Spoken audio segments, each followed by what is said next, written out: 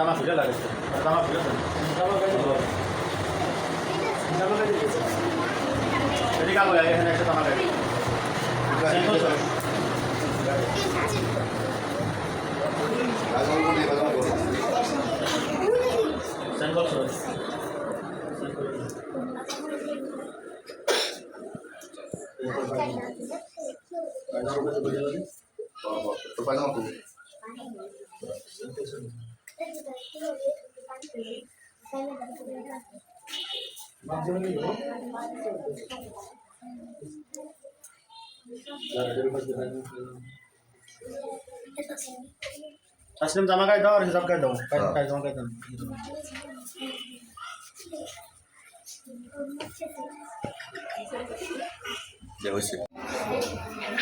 যাদেরকে দেওয়া হয়েছে জামা কাপড়, এখন 4 জন উপস্থিত আছে।